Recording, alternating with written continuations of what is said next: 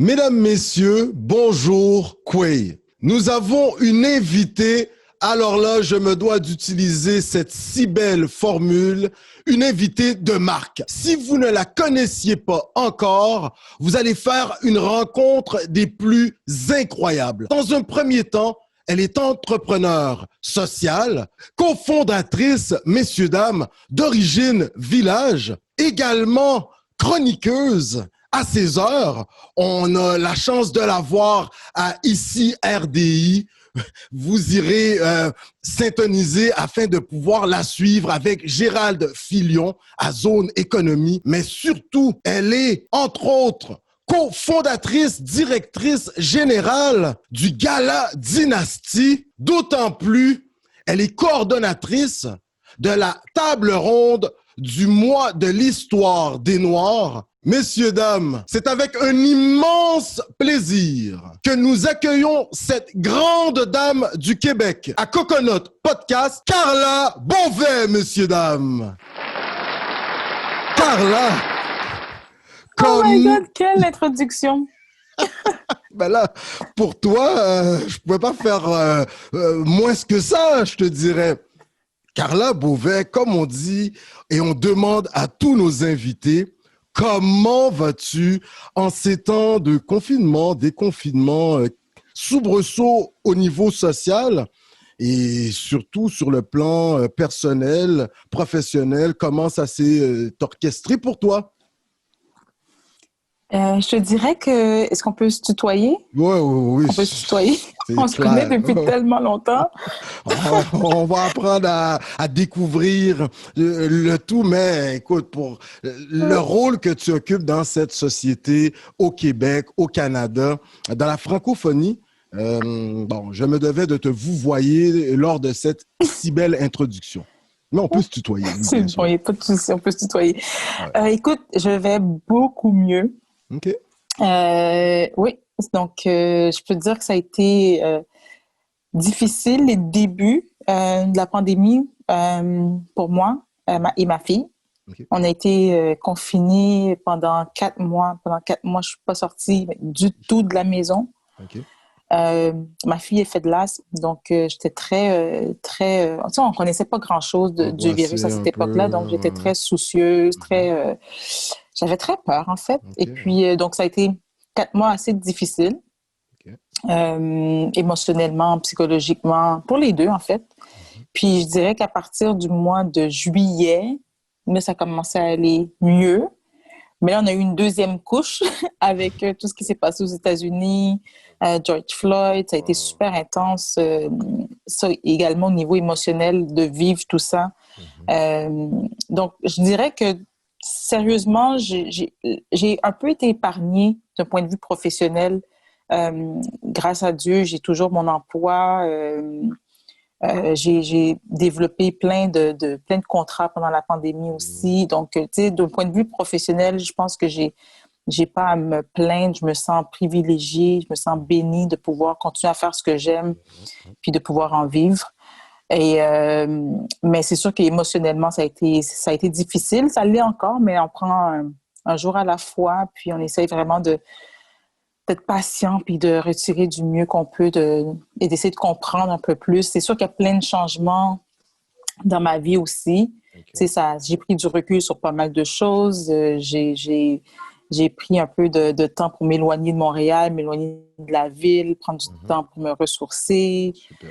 Donc, tu sais, c'est pas une période facile pour personne. Puis je pourrais pas dire que ça va super bien tout le temps, mais écoute, comme un peu tout le monde, on fait ce qu'on peut avec ce qu'on a, puis on y va un jour à la fois, vraiment. Ouais, ça, on est vraiment content d'entendre que ça va bien pour Carla, la petite famille. On sait que dans la communauté haïtienne, le support, on va le chercher également auprès des membres de la famille, maman, on sait que tu as une sœur, un frère, papa, alors toute la famille élargie, on sait les Haïtiens, on a des cousins, des cousines, des cousins, des cousines. Quel a été leur support? On sait que tu as différentes entreprises que tu mènes, mais quel a été le support de ta famille en ce qui a trait à cette période plus ou moins rocambolesque pour tout le monde, là? On t'écoute.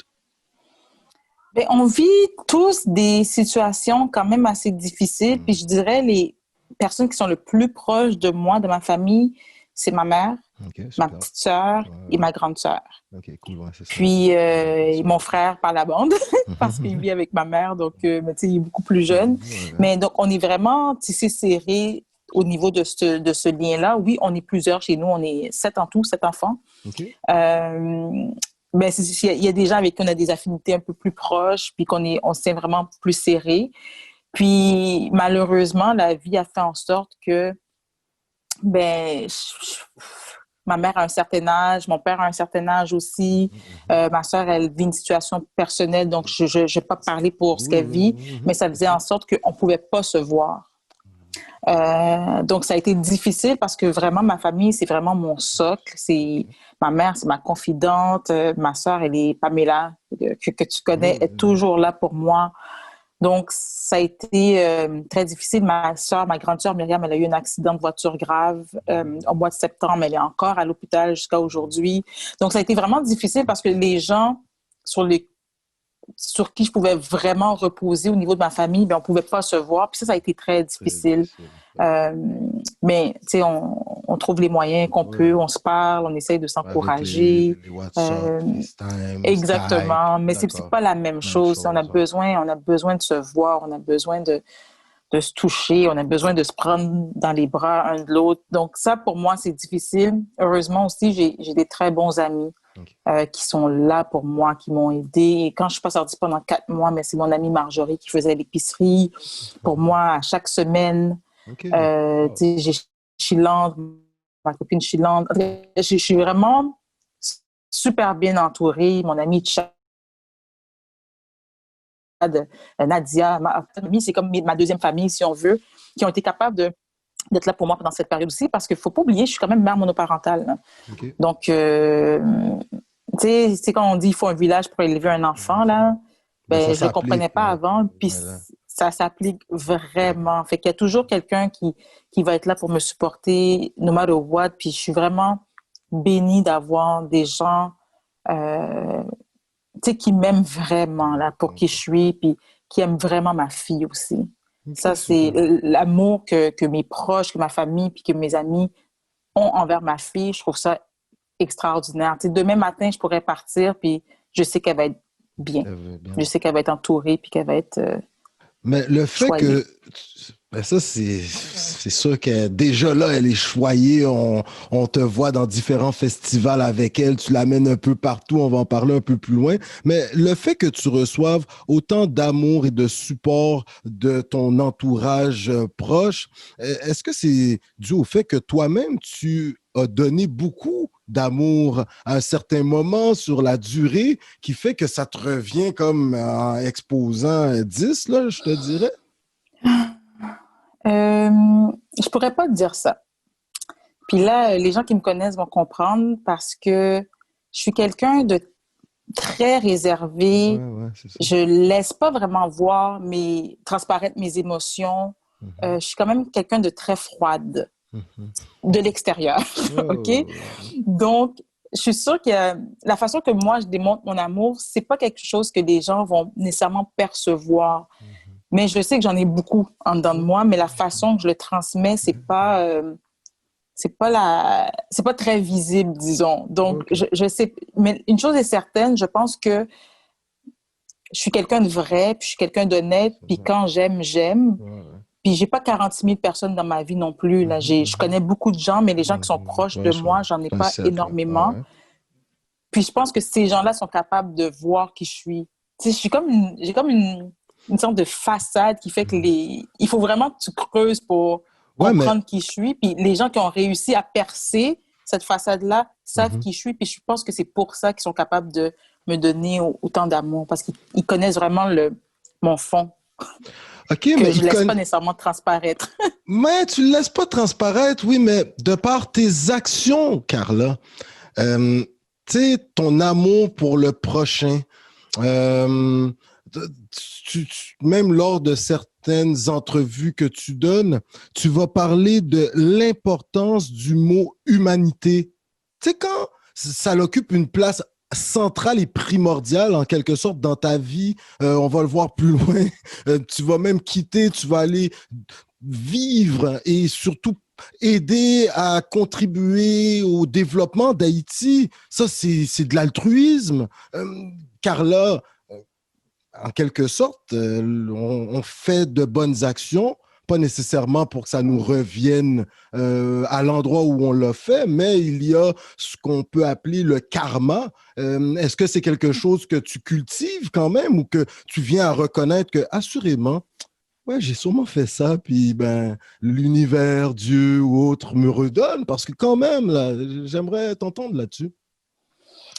Ben, j'ai été élevée, élevée dans une famille où est-ce que l'intégrité, c'était vraiment important. Tu sais, je pourrais parler longtemps de mon père parce que pour moi, ça a été mon modèle quand j'ai grandi. Puis mon père, c'est quelqu'un d'honnête, c'est quelqu'un d'intègre, c'est quelqu'un de droit. Ça a été quelqu'un d'extrêmement généreux de sa personne.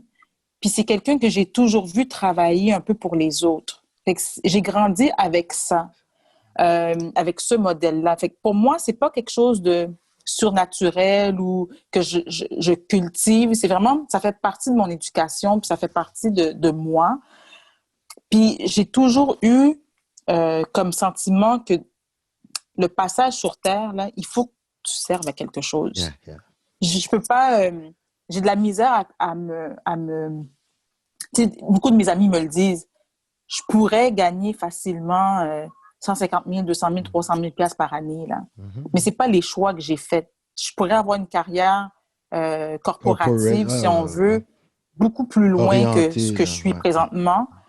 Mais en même temps, ça ne viendrait pas satisfaire mon besoin ou mon calling. Moi, je pense que c'est ma destinée ou mon Ok, ton purpose appel, de faire ce que ouais. je fais. OK. Puis c'est comme, comment je pourrais dire, c'est... tu sais, je pense pas que c'est le karma, mais je pense que tu récoltes ce que tu sèmes d'une C'est, certaine façon. yes. Puis moi, je fais pas de mal à Ouais, personne. Je suis pas... ouais, ouais. fait que je pense que la vie me le remet bien, puis Dieu me le remet bien aussi, parce que je suis vraiment bénie dans ce que je fais. Puis, tu sais, c'est quand même assez... Tu sais, quand tu fais l'étalage de ce que j'ai fait dans ma vie, une partie de ce que j'ai fait dans ma vie, Ouais. puis même moi, des fois, je me dis, mais comment ça se fait que j'ai réussi à faire tout ça? Puis je me dis vraiment, tu sais, il n'y a aucune autre raison que Dieu, là. Depuis que je suis jeune, je sais qu'est-ce que je veux faire. Ouais. Depuis très J'étais à jeune, toi, l'encontre de le ce que mes parents journalisme voulaient. t'intéressait, Oui, là. oui, Oui, oui, oui, oui, oui, c'est c'est ça. ça, ouais. Mhm. Depuis jeune, mon père, il voulait rien savoir. Mon père, c'était comment tu vas être avocate ou médecin ou whatever. Puis j'étais comme, non, c'est vraiment pas ça. Puis, tu sais, donc je pense que ça fait partie de mon ADN, ça fait partie de moi, puis surtout de la façon que mes parents m'ont éduquée aussi. Ben, c'est ça que j'allais te dire, c'est que tes parents, bon, ils sont nés en Haïti, ils arrivent ici, et bon, je peux vendre le punch. Moi, je t'ai toujours vu comme une plus grande, parce que tu étais quoi, une année plus grande, pas plus dire, voilà, plus grande, je pense, ouais. Et tes parents ont quand même fait cet effort, tu sais, dans les années, là, si on remonte, là, ça ne nous rajeunit pas, mais ils t'ont offert une école, tu sais, privée quand même, là. Puis, tu sais, c'est des gens qui travaillaient durement à cette époque pour t'offrir, tu sais, la discipline. Pour eux, c'était important. Et tu vas y rencontrer des enseignants, entre autres Madame Méchali, Madame El Grabli peut-être. Tu vas y Oui, développer ta également. plume quand même parce que c'était une école à cette époque-là où, tu sais, bien écrire le français, bien le parler. Tu sais, c'est là que ça me vient, là, mon accent français, là, tu sais, que des fois que j'utilise. Ben, il me vient de ce passage au collège français. Et toi-même, dès ton tout jeune âge, l'écriture t'intéresse, le journalisme, poser des questions. Tu étais toujours cette fille-là qui était au-devant, qui animait l'école en quelque sorte. Peux-tu me dire aujourd'hui, est-ce que tu es consciente de l'effort qui a été fait par tes parents? Car tu vas quand même y faire ton primaire, il me semble. Ils payaient même la cantine pour toi, l'autobus scolaire. À cette époque, ils habitent à Saint-Michel. Donc, quand même, la vie n'est pas facile. Et ils t'offrent le plus qu'ils peuvent t'offrir pour que tu ne prennes pas l'autobus, que tu sois amené à flâner avec les amis après l'école. Tu sais, ils ont investi énormément. Est-ce qu'aujourd'hui, tu sais, tu fais ton primaire, secondaire et même ton cégep? Tu sais, tu as reçu une fois, tu as sûrement connu M. Tchenevski, peut-être, assurément, les Ok, mon portals. prof de morale. Bon, oui, bon, monsieur Denis, je pense, je me rappelais plus trop, monsieur Mougeot, tous ces gens-là, ils ont quand Ouais. même contribué, mais surtout tes parents, là. Est-ce qu'aujourd'hui, tu sais, où tu es arrivé, où ce que tu es, là, tu rayonnes dans tout le Québec, le Canada. Est-ce que tu es consciente qu'ils ont fait des sacrifices pour toi, Carla Beauvais? Très, très bonne question. Puis si mes parents écoutent, tu sais, moi, j'ai été consciente très jeune de la chance que j'avais. Parce que dans le quartier Saint-Michel, premièrement, mes parents ont décidé de me changer d'école. J'ai fait ma maternelle à Ogilvy, qui était une école dans le quartier Saint-Michel. Et j'avais une grande sœur, Myriam, qui, elle, ça allait dans tous les sens, ces histoires-là. Ça allait vraiment dans tous les sens. Là. Je vous épargne, mais Oui, bien c'était sûr. vraiment, Oui. c'était vraiment, Période c'était vraiment dur pour mes d'adolescence parents. et Puis, puis l'adaptation, oui, oui, l'intégration. On se on comprend. avait 4 ans de différence, mais elle était, c'était problématique un peu, Au privé. l'entourage, tout ça. Donc, mes parents, quand ils m'ont mis à l'école privée, je pense que la première chose, c'était de dire, il faut qu'on la sorte de ce milieu qui peut être problématique. OK? Donc, très vite, moi, j'étais quand même confrontée avec le fait que je regardais la réalité des jeunes du quartier Saint-Michel, mes amis, puis je regardais les jeunes qui étaient au collège français. Puis, automatiquement, je voyais la différence avec moi-même aussi. On avait il y avait des gens quand même assez fortunés, qui étaient quand même assez riches. Donc, je voyais déjà la différence. Puis, je voyais aussi la différence avec mes frères et sœurs qui n'allaient pas nécessairement au privé parce que mes parents n'avaient pas les moyens de nous envoyer tous au privé. OK? Donc, déjà là, je savais que j'étais privilégiée. Puis, je savais aussi que mes parents faisaient des efforts. Mon père travaillait comme un malade. Ma mère travaillait aussi. Le matin, quand je prenais l'autobus scolaire venait me chercher à la maison, mes parents étaient déjà partis au travail. Je faisais mes lunchs très jeune. Hein. Ah oui, je m'occupais de moi-même, mes parents. Je savais qu'ils faisaient des efforts. Fait que très jeune, j'étais consciente de ça. Puis, ça permet aussi, le fait d'avoir été dans le quartier Saint-Michel puis d'avoir été au Collège français, j'ai été très, très jeune, j'ai fait face aux inégalités. Je voyais la différence. Yes. Je voyais ce que mes parents pouvaient pas nécessairement m'offrir, puis qu'est-ce que d'autres avaient. Mais mes parents m'ont toujours élevée dans le sens que mon père, il me disait tout le temps, si tu as une chemise blanche, elle va toujours être propre. C'est pas grave que t'as pas besoin d'avoir plein de choses. Ce que tu as, tu dois te contenter de ce que tu as, mais tu dois faire en sorte que jamais de l'extérieur, on doit voir que tu as des problèmes. Jamais de l'extérieur, on doit voir que tu manques de quoi que ce soit. Fait que mes parents, ils m'ont toujours... J'ai jamais manqué de rien, sérieusement, là. Puis, tu sais, même des fois, c'est drôle de dire ça, mais mes parents, à un certain moment, on prenait de la nourriture dans les banques alimentaires. Bien sûr. Tu sais, c'est fou. Puis, mais la façon qu'ils faisaient ça, quand ça arrivait, là, ça c'était pas, comme... une C'était livraison. gros festin. Oh oui, c'était gros festin. Fait on n'était jamais conscient vraiment jusqu'à quel point on manquait parce que la façon que eux ils agissaient, c'était toujours, tu sais, comme si c'était normal, comme si c'était ça la vie. Puis j'ai beaucoup d'admiration pour mes parents parce qu'ils sont vraiment venus à Montréal avec rien. Mes parents travaillaient à la manufacture, ils m'envoyaient à l'école privée. J'ai jamais manqué de rien. Puis, tu sais, c'est drôle parce que mon père, il faisait mes devoirs, mes dictées, tout ça avec moi. Puis mon père était extrêmement sévère. Tu sais, aujourd'hui, tu sais, des fois, je lui reproche plein de choses. Puis, tu sais, je me rappelle encore, des fois, je lui ramène des anciennes histoires. Puis je me dis, c'est fou comment il était sévère. Mais jusqu'à aujourd'hui, je retiens tellement de leçons de l'éducation que j'ai reçue de mes parents. Puis je pense que c'est ça qui me rend, tu sais, beaucoup de gens qui me rend humble aussi. Je sais vraiment d'où je viens.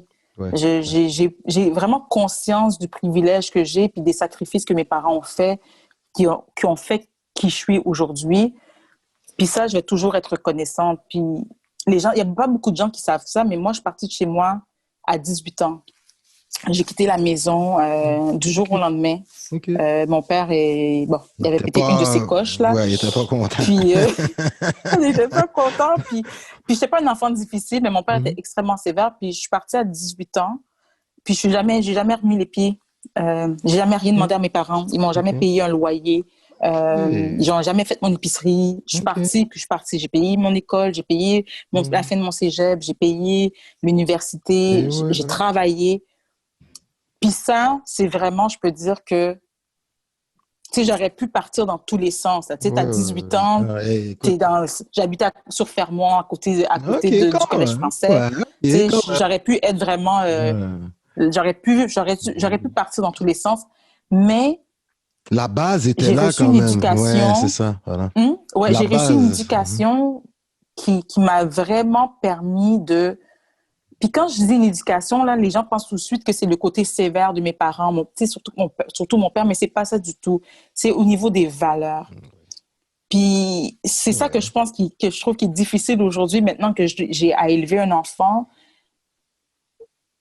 c'est qu'on vit dans une société où est-ce qu'on dirait que tout ce que j'ai comme schème de valeurs est en train d'éclater d'une certaine façon. Puis je me dis, qu'est-ce que je peux transmettre à ma fille qui va être aussi fort que ce que mes parents m'ont transmis? Ben dans le magazine c'est là où est-ce que je trouve que... C'est ça, mais tu as écrit un superbe texte. Ça a été écrit par Véronique Harvey. T'interviews, mais c'est la très touchante lettre de Carla Bouvet à sa fille quand même. Tu sais, tu abordes certaines thématiques qui sont incroyables là-dedans, où il y a une certaine angoisse qu'on ressent chez toi, à savoir que, zut, ma génération n'aura pas réglé les problèmes qui se doivent d'être réglés et ceux-ci seront légués aux générations futures. Là, tu dis, mais là, moi, je peux pas leur faire ça, tu sais, je peux pas lui faire ça à ma fille. Et la question que moi, j'ai pour toi, mais cela n'a-t-il pas toujours été le poids qui incombait aux générations futures? Nos parents nous ont légué certaines solitudes. Nous, on doit les réparer. Tu sais. Toi, tu vas léguer un monde avec certaines difficultés. Est-ce que tu t'entrevoyais comme si, avec ton passage sur notre belle planète, avec tout ce que tu fais, est-ce qu'à un moment, tu fais le constat que tu dis avec cette période de pandémie, tu te dis, mais zut, j'aurais avec les soubresauts au niveau social et tout. Ah, mais là, je vais laisser ça à ma fille. Est-ce que ça te chicote à ce point? J'aimerais t'entendre là-dessus. Tous les jours. J'y pense à tous les jours. On dirait qu'il y a plein de choses qui se passent dans nos sociétés. Puis ma fille, elle a 3 ans. Donc, c'est pas comme si elle a 10 ans. Ma fille a 3 ans. Puis on dirait que c'est tout d'un coup que je réalise dans quel monde que je vis. Parce que je me pose un tas de questions que je me posais jamais avant. Puis je me suis dit l'autre jour, ça fait pas longtemps, je me dis, si j'avais su que j'allais me poser toutes ces questions-là, je remets même en question à savoir si j'allais faire un enfant. Sérieusement. Et pourtant, ça fait pas 10 ans. 10 ans. Non, 4 ans, là, ta petite, là. On dirait que j'ai pris conscience du poids que c'est d'élever un enfant dans le monde. Puis je pense que j'ai ce qu'il faut, mais c'est complètement... on m'avait pas donné le mode d'emploi, là. Tu comprends ce que je veux dire? C'est que non, tu dois apprendre sur le tas, puis c'est pas toujours évident. Mais moi, ce qui me fait peur, en fait, c'est que c'est normal, il y a de l'adversité dans la vie, tout ça. Ce que moi, qui m'inquiète par rapport à ma fille, c'est de devoir... C'est en fait qu'elle passe les mêmes combats que moi. Et moi, à 42 ans, c'est ça que je trouve qui est dommageable, qui est triste dans notre société, c'est que on a les mêmes conversations que quand moi, j'avais 5 ans, 10 ans, 15 ans, 20 ans. En 2015, Et tu c'est ce disais que je les trouve mêmes qui choses. est... Ouais, c'est ça. Exactement. Et c'est ce que je trouve. S'il fallait que je lui parle de d'autres choses, tu sais, on parle de racisme, on parle de racisme systémique, on parle de discrimination. Tout ça, le poids, là, c'est con à dire, mais il y a des gens qui n'ont même pas à se poser ces questions-là. Mais quand tu élèves un enfant black, je suis désolée, ça te vient, puis des fois, tu t'attends même pas. Moi, ma fille, elle avait 2 ans, et puis elle n'aimait pas ses cheveux. Là, c'était, maman, j'aime pas mes cheveux, je veux des cheveux comme Elsa. Puis tu fais comme, comment ça se fait que un Ouais, problème que moi, j'avais quand j'étais jeune, cet amour propre, cet amour qu'un enfant de 2 ans puisse encore aujourd'hui, puis que tu dois renforcer ça, tu dois parler. Puis donc, tu es obligé d'avoir des conversations avec l'enfant que tu pensais pas qu'il était nécessaire encore en 2020. Puis c'est ce que je trouve qui est difficile. Puis le reste, c'est on vit dans une société, puis peut-être que je vais avoir l'air vieux jeu, mais je ne comprends plus la société dans laquelle on vit.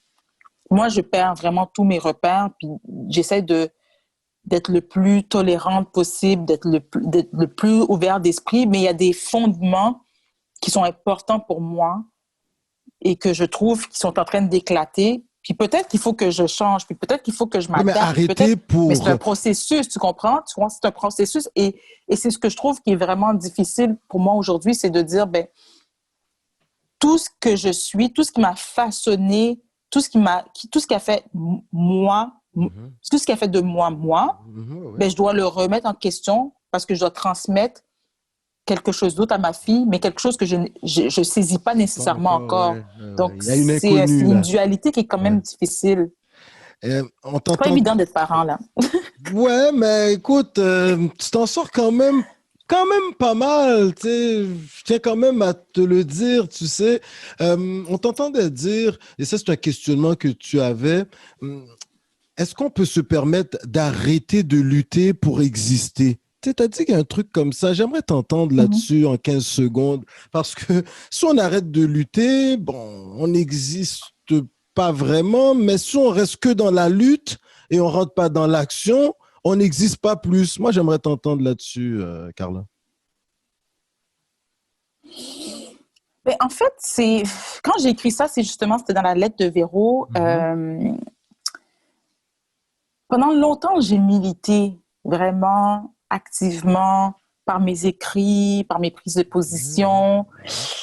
Puis à un moment donné, tu ressens une fatigue de toujours devoir t'expliquer, toujours devoir essayer de convaincre l'autre de ressentir ta peine, convaincre l'autre d'essayer de comprendre tes expériences. Puis à un moment donné, ça devient comme épuisant.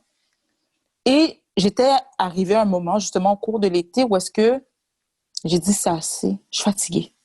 Je veux plus avoir à lutter pour qui je suis. C'est ridicule de devoir essayer de convaincre l'autre on dit Black Lives Matter, là, puis, mais c'est quand même fort de dire ça. C'est quand même grave de dire grave. ça, d'avoir à convaincre quelqu'un Affirmer, que ta vie vaut quelque quelque chose, chose, tu c'est grave. comprends? Il y a quelque chose Puis d'utopique ça dans devenait, le délire. ça commençait à être lourd. Puis je me suis dit, il faut que je me retire de tout. Il faut que j'arrête d'écrire. Il faut que j'arrête de prendre position sur des sujets trop polémiques. J'aimerais ça juste exister. Tu sais, juste me retirer puis exister. Mais à la fin de la journée, c'est vraiment bizarre ce que je vais dire, mais quand je fais ça, il y a une partie de moi qui s'éteint.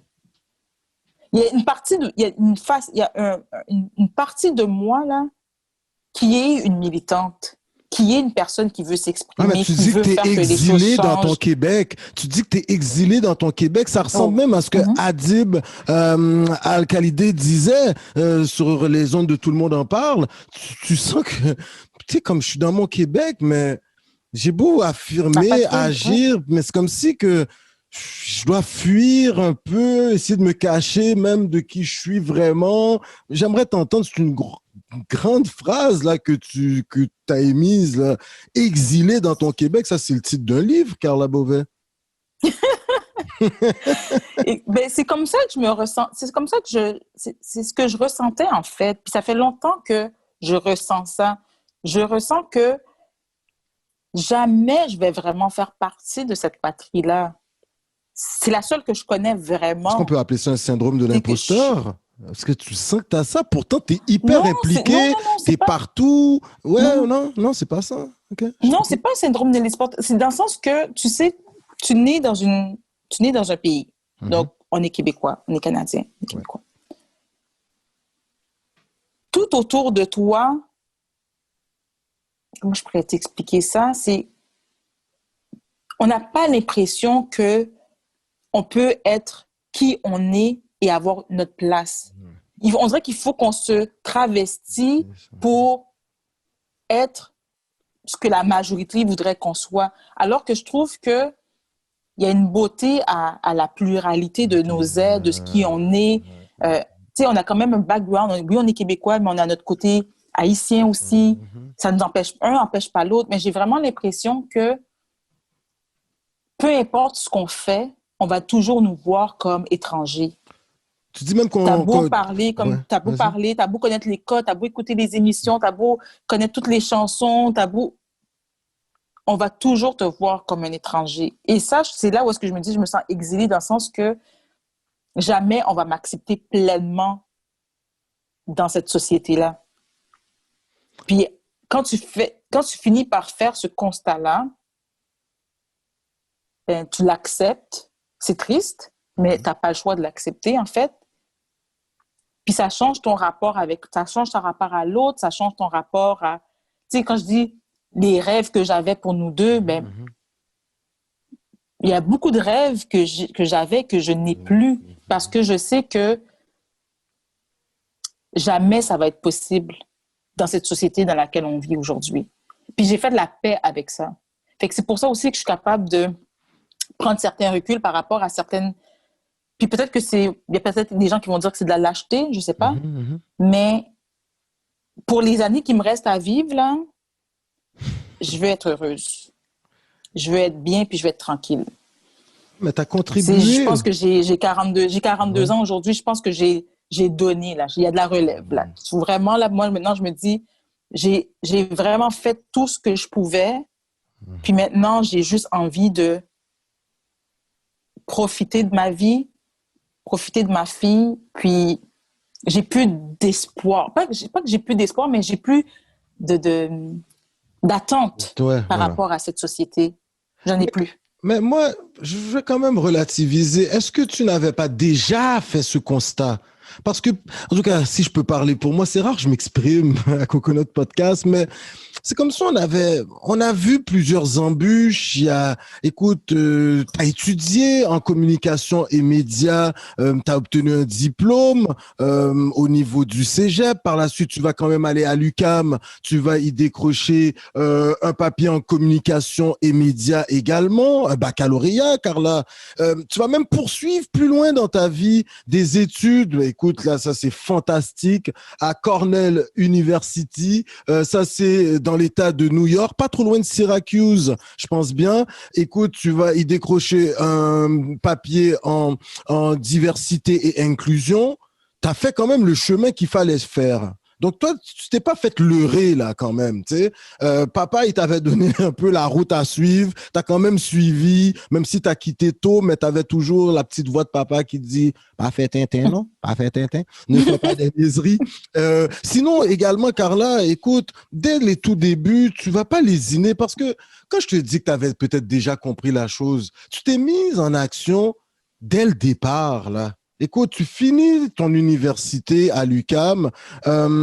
Écoute, tu vas déjà être rédactrice. Ouais, voilà. En 2003, tu vas être recherchiste à CBC Radio Cannes. Ça, c'est quand même impeccable. 2003 jusqu'à 2005. Ensuite, je sais que tu vas fonder. Écoute, là, tu es en action. Femme voyante. Une femme vaillante. Tu vas fonder Groupe Style Communication en 2005. Par la suite, quand même, tu vas également te déplacer en Haïti. Je pense en 2013, là, tu vas te rendre là-bas. 2013. Ouais, 2013. Hein, il y a des recherchistes à Coconut Podcast. Regarde, on se Haïti.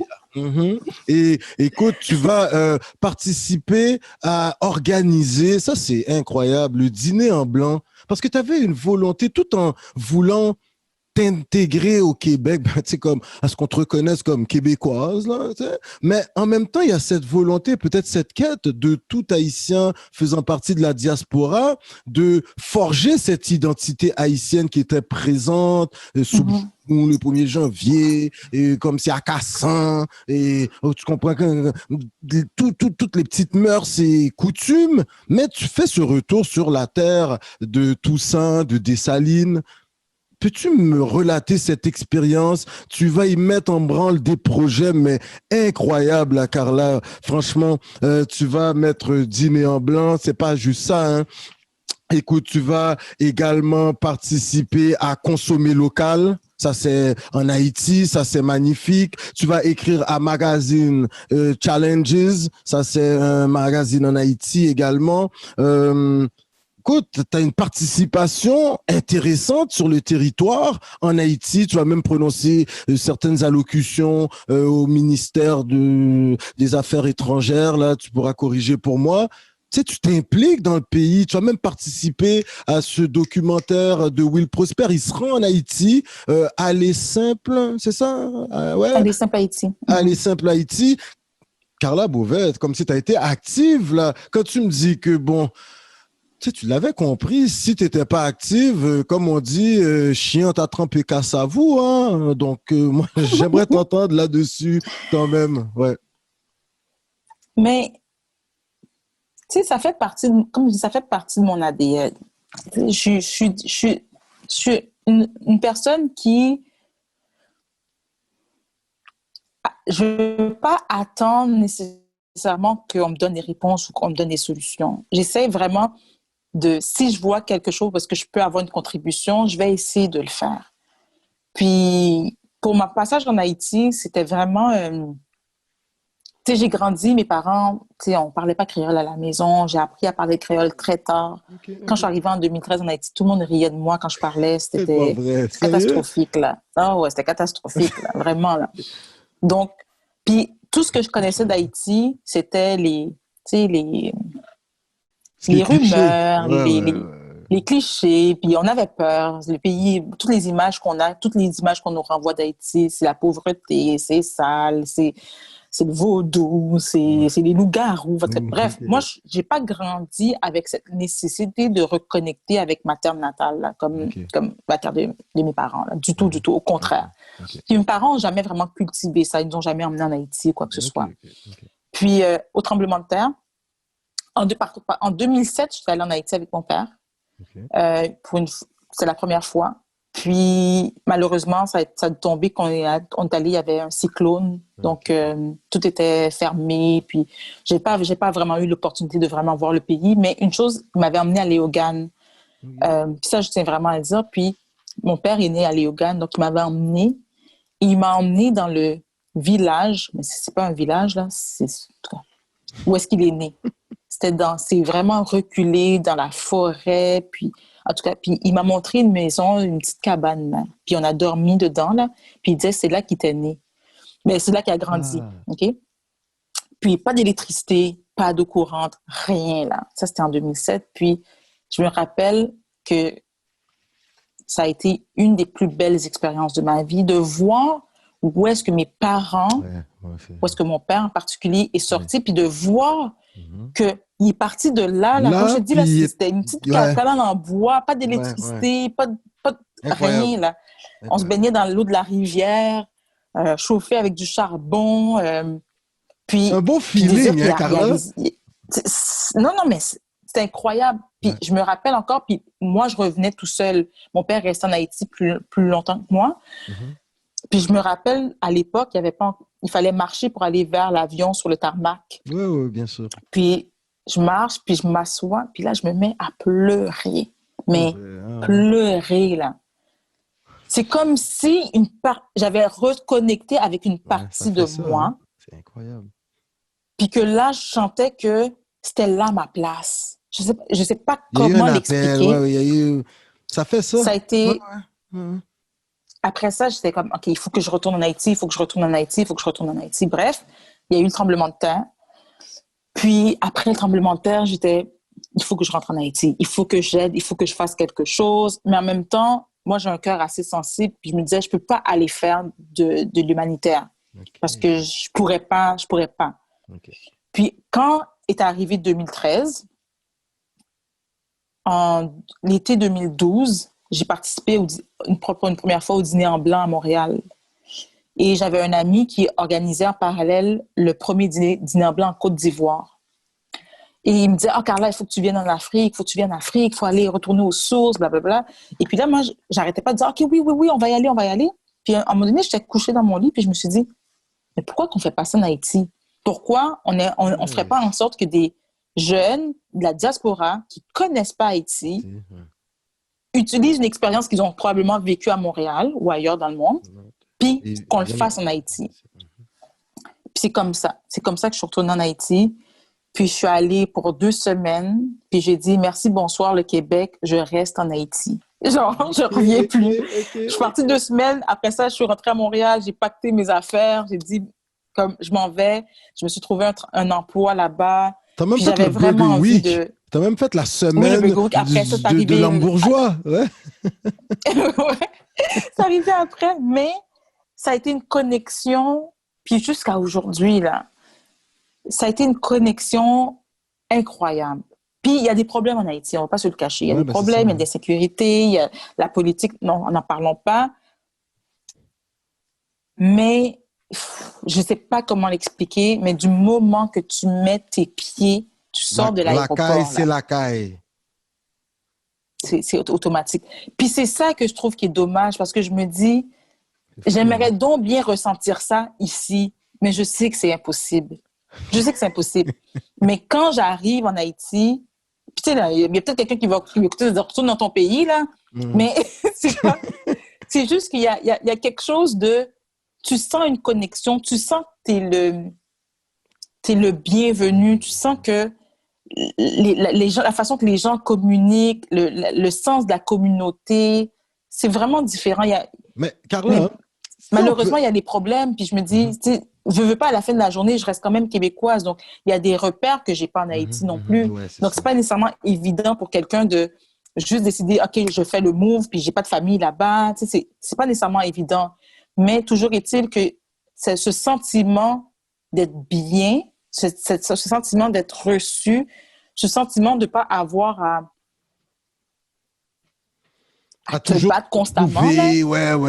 toujours te justifier, c'est incroyable. Puis c'est tellement un beau pays, c'est incroyable. Mais tu vas avoir la chance également... En tout cas, tu as cette capacité, tu as fait des études en communication, oui, tu es quelqu'un de réservé, mais quand tu es sur le terrain, tu dois peut-être pas aller, mais tu l'as l'affaire. Tu vas rencontrer quand même pas mal de monde impliqué dans le milieu des communications en Haïti. Entre autres, Karel Pèdre. Tu vas également rencontrer de grandes actrices qu'on a reçues qui chevauchent un peu le continent, là, je te dirais. Fabienne Collat.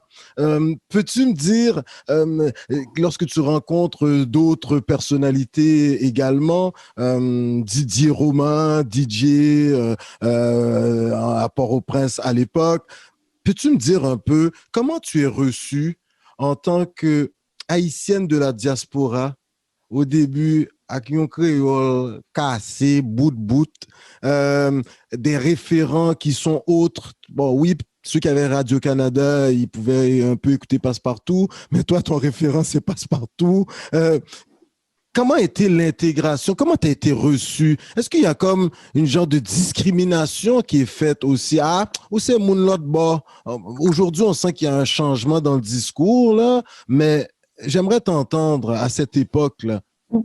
Mais j'ai vécu les deux. J'ai vécu des gens qui m'ont vraiment accueilli, qui m'ont donné des opportunités, qui m'ont donné des chances incroyables. C'est sûr que tu t'entends diaspora à longueur de journée, là. Mais c'est pas nécessairement dit d'une façon méchante ou quoi que ce soit. C'est juste que les Haïtiens aiment ça traiter les autres de diaspora, là. Puis aussi, c'est facile aussi, depuis que tu comprends pas quelque chose, ah, c'est diaspora, oh yeah, tu sais, c'est pas nécessairement toujours méchant. Mais j'ai rencontré aussi des gens qui étaient très mauvais, pas très ouverts à l'autre. Ouais. Puis, autant qu'on parle de racisme ici, puis de discrimination, mais une femme foncée en Haïti, là, dans certains milieux, ça passe pas. Si t'as pas un nom de famille X, Y, Z, là, ça passe pas. OK, il y a Puis des ça, classes sociales en Haïti, puis c'est oui, encore très ça existe. présent, là. Oui, ça existe. Puis moi, ça m'a quand même, c'était une réalité que je connaissais pas. C'est ça, on l'a Puis ça tous. m'a vraiment comme choquée au début. Euh, mais tu sais, quand tu sais qui t'es, là, Ouais. tu sais, il y a des gens il y a des gens qui m'ont dit des choses extrêmement méchantes par rapport au fait que j'étais une femme noire, que j'étais une diaspora. Il y a des gens qui m'ont mis des embûches, des bâtons dans les roues. Euh, mais tu sais, je m'arrête pas à ça. S'il fallait que je m'arrête à ce que les gens disent, ce que les gens font, j'aurais rien fait dans ma vie. Fait que oui, ça a été par moments difficile, mais ça a été une des plus belles expériences de ma vie. Puis j'ai rencontré beaucoup plus de gens qui étaient bien, qui étaient contents de voir qu'il y avait des jeunes de la diaspora qui revenaient, qui voulaient s'impliquer au pays. À l'époque que j'étais là, je pense que c'est là, à ce moment-là, où est-ce qu'il y avait eu plus de gens de la diaspora qui venaient en Haïti entre 2013 et 2016. 16, oui. Et ça a été vraiment une période où est-ce que la diaspora était impliquée. Puis je pense que les Haïtiens étaient prêts Ouais, ouais. à ouvrir les bras à la diaspora. C'est sûr que il y a plein de références qu'on connaît pas, puis il y a plein de façons de faire qu'on connaît pas. Mais jusqu'à présent, là, j'ai forgé des amitiés Ouais, for qui sont life. tellement Pour la fortes. vie. Mhm. Puis c'est pour la vie. Puis même si on se parle pas toujours les jours, du moment que je rentre en Haïti, là, je sais que j'ai une C'est la armée là fête. derrière moi. Là, C'est cool. c'est ça. Il y a un esprit de communauté. Puis moi, je pense que tout le monde devrait faire cette expérience-là. Tous les jeunes qui sont nés ici, malgré ce qu'on peut dire du pays, puis l'insécurité, puis tout ça, il faut faire l'expérience de passer du temps en Haïti. C'est vraiment un pays qui mérite d'être découvert beaucoup plus, puis au-delà de ce qu'on en dit, puis de ce qu'on projette dans les médias. Il y a vraiment une richesse collective incroyable. Puis c'est la plus belle expérience. Ça a été les 3 plus belles années de ma vie. Je vous le dis, là, OK. je pense à Haïti à tous les jours. OK. Surtout dans le temps de confinement, là, je Ah dirais ouais, encore ben un peu plus. aussi, là, ouais, ouais. J'aimerais tellement un jour pouvoir faire ma retraite là-bas, puis juste finir mes vieux jours là, en Haïti. Là, c'est un des plus beaux pays au monde. Ben, Vraiment. t'as jamais trop laissé le pays parce que, ben, Carla, avec cette belle plume, tu vas quand même écrire au journal Le Métro, mais tout en écrivant dans le journal Le Métro, tu vas également écrire dans Challenges News Magazine. Donc ça, c'est à Port-au-Prince. Ça, c'est superbe. Même en 2019, tu vas écrire pour Maman pour la vie un petit peu, là, de temps en temps, comme ça. Mais vraiment, Carla Beauvais, là. Puis après, on va parler de tes deux grands accomplissements à la toute fin, là, tu sais, de l'entrevue. Mais très récemment, écoute, tu as annoncé sur les réseaux sociaux, puis lorsqu'on s'intonise, là, tu sais, mes parents, c'était les premiers à m'annoncer la nouvelle. Allez, tu ne sais pas qui est à la télé. J'ai vu Carla qui est au collège français. Et puis, tu sais, écoute, tu as accédé au CA, n'est-ce pas, à ici RDI, zone économie. Alors, tu fais partie, hein, c'est un peu le concept de l'émission, avec Gérald Filion, l'un des gourous de l'économie au Québec qui vulgarise si bien. Franchement, avec Monsieur Duton, c'est bien ça. Carla, peux-tu me dire vraiment, là, tu sais, tu as quand même été poursuivre tes études en pleine période de pandémie, là, quand même. Femme forte, toi. Et tu as eu cette invitation. Là, tu sais, c'est incroyable. Tu te permets, c'est comme des éditoriaux, tu sais, tu te permets de donner tes opinions, on te pose des questions, tu réponds. Puis là, écoute, tu parles de sujets, là, le fonds des générations. Écoute, il y a de l'argent là, 4 milliards de dollars. Mais tu donnes surtout un visage humain à l'économie, de par tes prises de position, comment qu'on se doit de la gestion de la pandémie, tu sais, même tu vas opiner sur le 117 millions dans les écoles, tu parles, avec ça, il faudrait qu'on fasse, qu'on mette des fenêtres dans certaines écoles où le matériel, c'est pas suffisant. Tu prends des positions intéressantes et c'est surtout, tu sais, Gérald Filion qui te pose ces questions. Écoute, Carla Beauvais, quand maman a mais vu ça, toi-même qu'on c'est... t'a appelé, peux-tu nous en parler, s'il vous plaît, Mais pour notre sérieusement, podcast? je pense que c'est tombé à un bon moment parce que pendant la pandémie, bon, on avait démarré le projet avec mes collègues, là, Williamson, Stéphanie et Esther, on avait démarré le projet IP? Origine Village. OK, ouais. Et Origine Village, ouais. Oui, Et Origine Village. j'avais été invitée à parler de ça à l'émission Zone Économie parce que c'était un truc justement pour aider les entrepreneurs noirs, etc. Donc, j'ai fait cette entrevue avec M. Filion, puis basta, ça finit là. Et puis, c'est aussi à l'époque où est-ce que je me suis dit, moi, je me retire des médias parce que la plupart des prises de position, si tu regardes mes articles dans le journal Métro, c'est beaucoup lié à tout ce qui est discrimination et tout ça. Donc, oui, il y avait ça. Je parle aussi beaucoup de... Entre autres, ouais. Tu parles de la ghettoisation, entre autres. Oui. Ouais. Donc, je parlais beaucoup de ces sujets-là. Puis bon, puis pendant la période de George Floyd, j'ai pris beaucoup la parole, puis ça m'a épuisée. Puis, donc, j'avais décidé de me retirer de tout. Si tu vois, j'écris plus vraiment dans le journal Métro. On m'a proposé d'écrire ailleurs. J'ai pas envie de parler du mot en haine, là, tout ça, là. Je me prononce pas sur ces questions-là, OK? Et là, je reçois l'appel de l'équipe de Gérald Filion, puis là, je suis économie, qu'est-ce qu'ils me veulent? Ils sont tombés sa tête. Puis aussi, il faut pas oublier aussi, c'est que je me dis, on est dans une époque où est-ce que il faut faire de la diversité, tu comprends? Fait que moi, je me dis, là, ça fait un petit peu token. On a t'es quand même entrepreneur social là. Depuis un bout, là. Je le sais, mais quand même, regarde les autres personnes sur le reste des CA. Nicolas Duvernois, Jean-Martin Hossan, Robert Dutton, Diane Béra. Tu sais, c'est comme, regarde, j'ai comme pas rapport dans le portrait, là. Tu sais, dans ma tête à moi, parce que je regarde les autres personnes qui sont là, puis je me dis, on a besoin de diversité, puis... Mais en même temps, j'avais envie de parler d'autres choses. Puis c'est vrai que j'ai beaucoup d'intérêt sur autre chose que de parler de la race, là. Et c'est pas juste ça qui m'intéresse dans la vie, tu comprends? Puis donc, j'ai dit à la rechercheuse, je suis pas certaine que je fitte le casting, là. Puis, elle dit, fais les auditions. Fait que là, il y a une première audition, une deuxième audition, une troisième audition. Puis finalement, j'ai la nouvelle que, je fais partie du CA, je suis comme, tabarouette. Donc, c'est pas été quelque chose qu'on m'a donné. Il y avait quand même un processus, là. Puis en même temps, comme je dis, je suis contente parce que je me dis, ça montre une autre facette de moi, puis ça montre que j'ai d'autres intérêts que juste parler de la race, là. Puis pour moi, ça me faisait du bien. Ça me fait du bien à chaque jeudi de parler de d'autres choses. Ouais, c'est ça. Puis l'autre chose aussi qui est important, c'est que justement, quand on parle d'économie, puis si on regarde un peu, Diane aussi, elle est un peu comme ça. Moi, si on doit me positionner quelque part sur l'échiquier politique, je suis plus de gauche, OK? Puis quand on parle d'économie, c'est rare qu'on a l'opinion de gauche.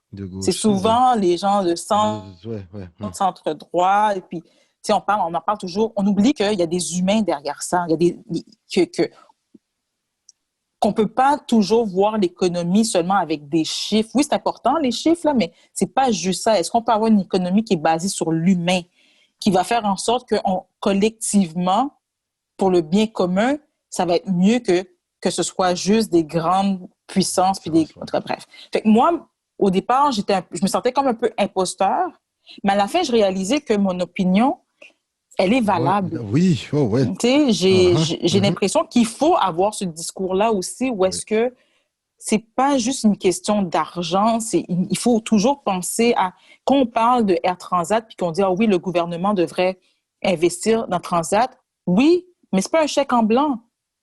Tu sais, les contribuables peuvent pas continuer à donner de l'argent à des corporations privées. Il faut que une partie de Transat appartienne à la société, parce que oui. sinon, nous, on fait juste donner de l'argent. Puis, bref, j'essaie toujours d'être la personne qui va être capable de relativiser puis de mettre l'humain au centre de l'économie. Ouais, Qu'est-ce qui nous bénéficie à nous dans la... Et là, c'est pour ça que je me dis, mais là, je me sens moins imposteur parce que j'arrive avec qui je suis, puis mes convictions.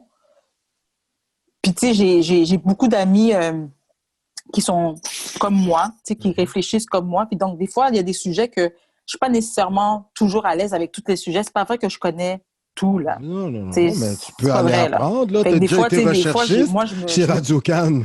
C'est exactement. Fait que je vais faire mes recherches, puis Ah après ouais, ça, je me hein? fais une opinion par rapport au C'est ça, sujet. exact. Puis, tu sais, les gens savent pas, mais on reçoit les sujets Last quelques heures minute, avant. OK, ouais, c'est ça. Ouais, avec des fois, c'est comme, OK, faut se revirer, puis, tu sais, trouver, mais à la fin de la journée, comme je dis, j'y vais vraiment avec qui je suis, puis ce à quoi je crois. J'essaie pas de convaincre qui que ce soit, tu sais, mais j'y vais vraiment avec la logique que il faut qu'on remette l'humain au centre. Puis c'est ce qui était le plus important pour moi. Puis je suis vraiment contente de cette expérience-là. J'ai vraiment du fun à faire ça. Ouais, ben Puis ça se j'apprends voit. beaucoup. Ouais, ça se voit que Puis, tu apprends aussi. puis ça m'a donné peut-être l'envie d'aller un jour en politique. Peut-être. Peut-être. Ah, ben là. La question, j'allais te la poser, mais bon, écoute, c'est Gérald Filion, hein, quand même, franchement. Donc, pourquoi pas, tu sais. Je Non, sais j'apprends pas, tu beaucoup de sais. choses. J'apprends vraiment beaucoup C'est de choses. Justin Trudeau, Dominique Anglade, bonjour, voilà. Non, mais écoute, Ça peut être avec mes Monsieur idées de gauche, Plamondon je suis pas sûre aussi, que je hein. suis une libérale accomplie. Ben, Je suis pas sûre que je ça suis peut le être profil Manon libéral. Massé, ça peut être Plamondon, ça peut être Trudeau aussi, Monsieur Trudeau, oui, le Premier ministre. Écoute, ça peut être Jack Mitzing, ça peut être Anna Paul.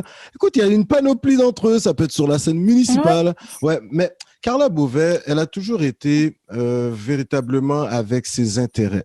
Puis tu sais, ça a toujours été un peu ton leitmotiv tout au long de ta vie. Et toi, tu vas avoir beaucoup d'injustices quand même, étant issu d'une communauté racisée, femme d'autant plus.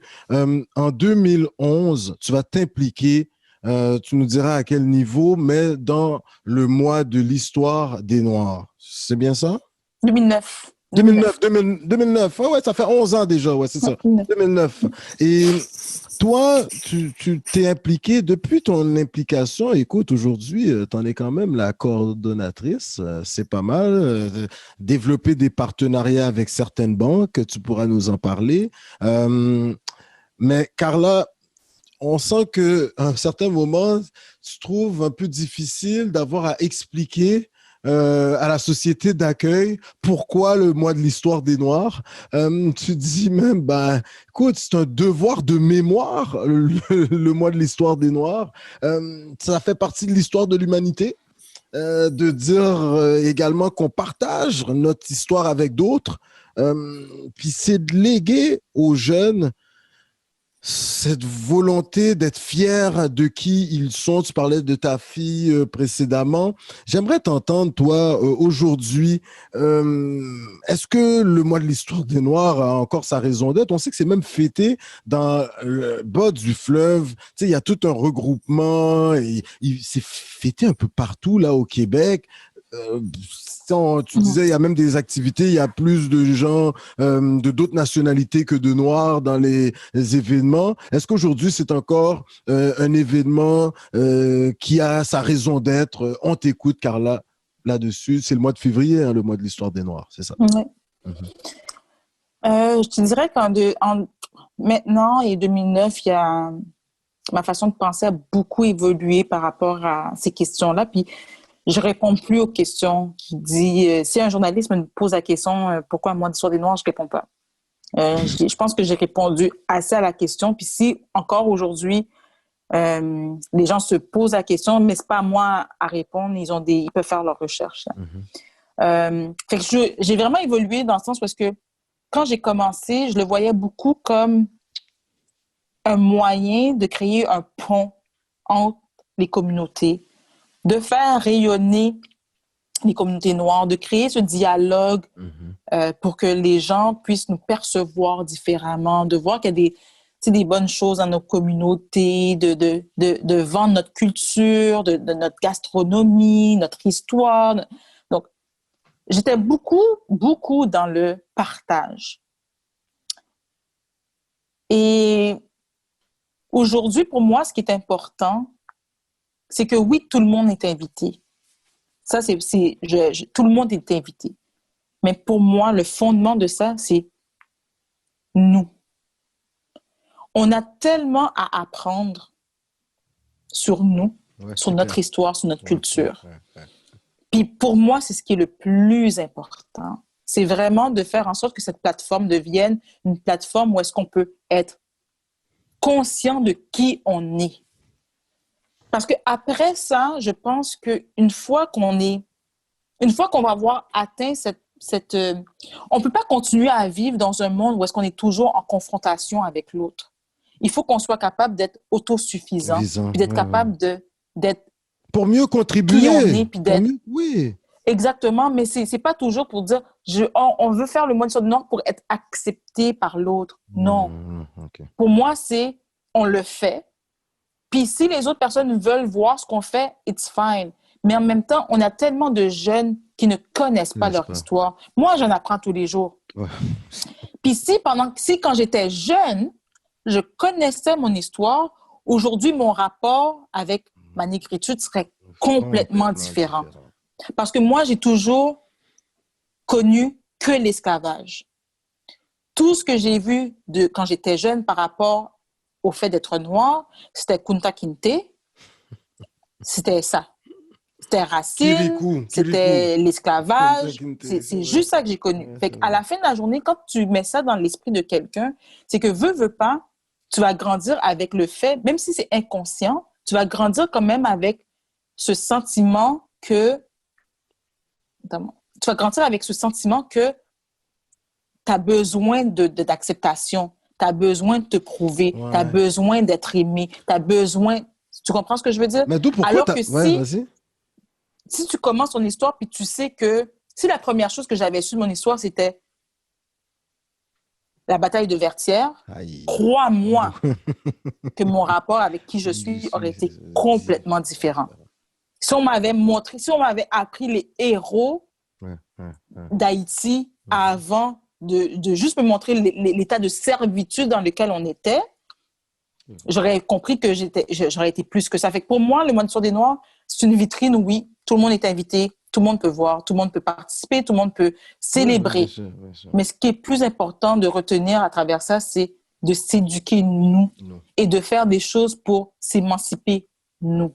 C'est ce qui est le plus important pour moi. Puis les dernières années que je vais faire, là, il ne m'en reste pas beaucoup, là, mais c'est vraiment ça mon focus. OK. Parce que tu t'es pas juste arrêté au mois de l'histoire des Noirs, parce que tu as bien compris, mettre de l'avant notre histoire, mais il faut également qu'il y ait émulation. Il faut qu'il y ait une reconnaissance qui soit réelle, même. Tu sais, une distinction sur un CV, ça peut aider dans un parcours plus global. Tu vas créer, cofonder, bien sûr. Cofonder. Oui. Écoute, en 2016, et la première édition est en 2017, c'est ça, hein? Ouais, vous êtes à 4 éditions là, et là, on va en parler dans quelques instants. Ça vient. Ah bon, tu nous vois le scoop. Attends-moi un instant. Messieurs, dames, eh bien oui, à Coconut Podcast, nous venons d'avoir un scoop. Oui, nous avons une primeur. Carla Beauvais, oui, écoutez, il appert qu'en 2021, il va y avoir un gala dynastie. Alors, comme on dit, restez à l'affût. Carla Beauvais, excellent. 2016, avec les Jacques Léonard, Jean-Claude Dulièpre, tu as Morin Lapointe également, Marjorie. Vous allez en tout cas démarrer la chose. Un gala, ça fait déjà 4 ans. Écoute, à tes tout débuts, tu vas avoir les Angelo Cadet qui vont animer pour toi. Moi, j'apprenais que tu as commencé à l'Olympia, n'est-ce pas? Par la suite, tu te déplaces à la TOU, puis l'année dernière, là, c'était comme le summum. En 4 ans, t'as pas chômé. tu as présenté le Gala Dynastie avec ton équipe à la Place des Arts. Carla, écoute, il y a des prix hommages qui ont été remis, mais à Paul Fémiu Brown, on recevait Philippe Fémiu. Il était venu avec sa sœur recevoir le prix pour l'œuvre de leur père, historien, grand historien. Également, on a Vicky Joseph qu'on reçoit durant le temps des fêtes à Coconut Podcast, ainsi que son mari, le grand Franz Saint-Elmy. Alors, un couple incroyable. Ils ont reçu un prix pour leur participation, prix hommage philanthropique. C'est quand même incroyable, philanthropie. Doudou Boissel, moi j'ai assisté à un gala Dynastie. Ce que tu as remis, ça c'est le monsieur qui a un peu fondé, commencé le festival de jazz. Festival de jazz. Carla Beauvais, aujourd'hui, après 4 ans, peux-tu me dire ta fierté quand même, puis surtout quand toi, on te voit, tu es souvent dans l'arrière-boutique, là, le backstage, comme on dit, du festival, mais tu es très réservé, tu n'es pas un peu celle qui je suis là, bonjour, tu es très réservé, là, tout, mais en es-tu fier? Ça, c'est un beau coup, là, quand même. Tu sais, la dernière édition, tu avais La Presse, Québecor qui était là, Radio Cannes, la mairesse, tout le gratin politique, le tout politique du Québec se bat, Carla. Moi, je te dis, pour être à Gala Dynastie, on a même vu, avant que notre premier ministre, M.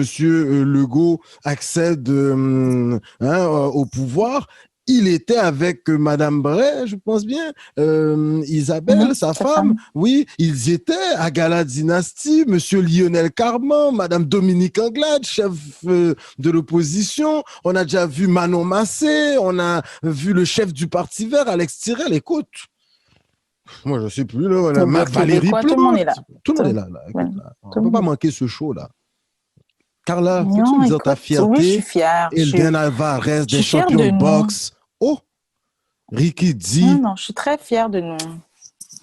Puis c'est drôle, hein, parce que c'est fou, parce que quand on a commencé à travailler sur le gala au mois de novembre 2016, donc j'avais 3 mois de grossesse.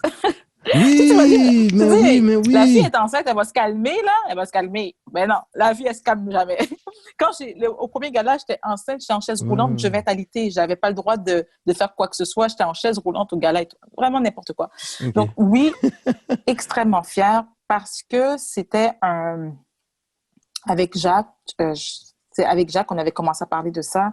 Puis c'est une idée de Jacques, en fait, à la base. Et puis, c'était un rêve. C'était vraiment un rêve. Puis, tu sais, on avait connu, nous, à l'époque, Gala Soba. Puis, je me rappelle de l'effervescence du Gala Soba. Comme on était... Puis, tu sais, on se disait, il faut ramener ce sentiment de fierté. On peut pas toujours être en mode... il n'y a pas de diversité dans vos galas. Il n'y a pas de diversité dans vos galas. Il n'y a pas de diversité. Ça fait 10 ans qu'on me dit la même affaire. Qu'est-ce qu'on peut faire? Depuis Gala Soba, il n'y avait rien eu. Puis, tu sais, moi, je pense que je suis allée à 2 éditions du Gala Soba, puis je me rappelle la fierté que je ressentais quand j'allais là-bas. Donc, pour nous, c'était important parce que quand j'écoutais les messages, puis les gens qui se disent, tu sais, au Gala de la Disque, puis tout ça, je me disais, qu'est-ce qu'on fait? T'sais, en attendant que ça bouge les choses, en attendant que ça s'améliore, en attendant que, faisons-le notre gala. Faisons le gala qu'on pense faisons-le le gala. Puis, quand tu as des gens comme Isabelle Racicot, Philippe Fémiu ou Karim Ouellette, Naya Ali, qui disent que c'est la première fois qu'ils reçoivent un prix. C'est comme pas normal. C'est fou, hein, ça? Ouais. Puis why? Pierre-Yves Laure, partout, là. Mais son seul prix qu'il a reçu, là, c'est du Gala Dynastie, là.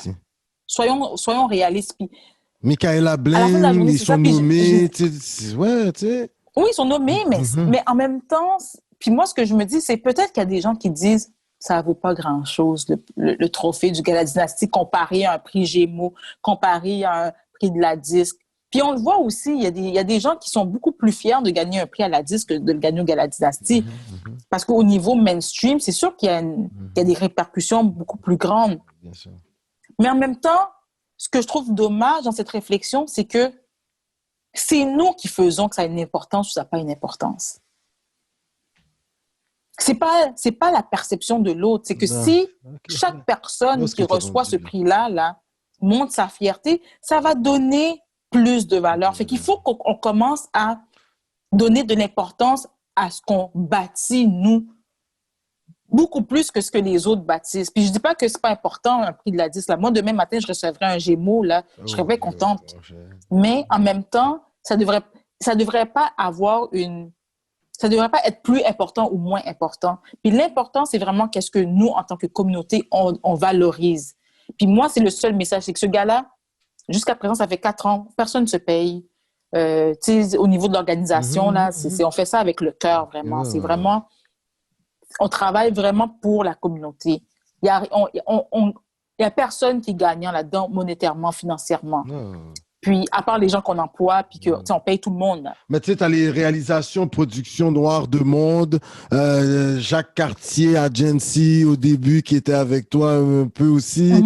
Tu as quand même, tu sais, un jury important, là, tu sais, les Fabienne Collat, les Drescher, Madeleine Féquière, Stéphane Morin, grande avocate, membre de Brentven 3000, LA, oui, je me rappelle, ouais. Richard Burnett, Suzanne Hiller.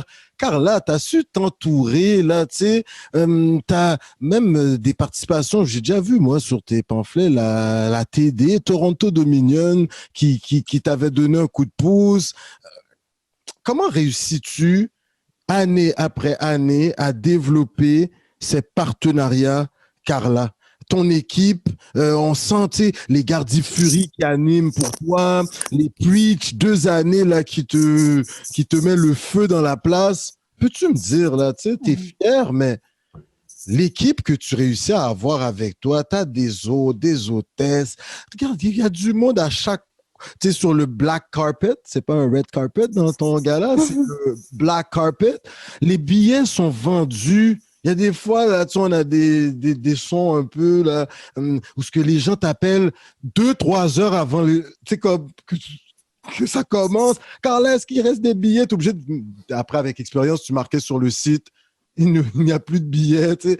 Peux-tu me dire, est-ce que tu es consciente, là, que c'est big, ton truc? Tu inspires. Si mais tu sais, quand t'es dedans, tu vois toutes les flaws. Ouais. Quand t'es dedans, tu vois tout le struggle, tu vois tout ce qu'on doit surmonter pour que ça se réalise. Donc, t'es pas dans le glamour du tout. Puis, c'est sûr que de l'extérieur, les gens ont une image, je dis pas qui est fausse du gala, mais c'est sûr que nous, on le vit pas de la même façon parce que on n'est pas justement que dans l'éclat, là. On est vraiment, tu sais, on dort pas la nuit. On doit courir après les gens, on doit écrire des lettres, on doit solliciter de l'aide, fait qu'on est toujours dans le struggle parce que veut pas, à la fin de la journée, on n'a pas des grands budgets, là. On fait vraiment avec un budget qui une chance qu'on a la TD. Mais je pense qu'il y a plusieurs choses qui sont importantes. Je pense qu'avec mon parcours, je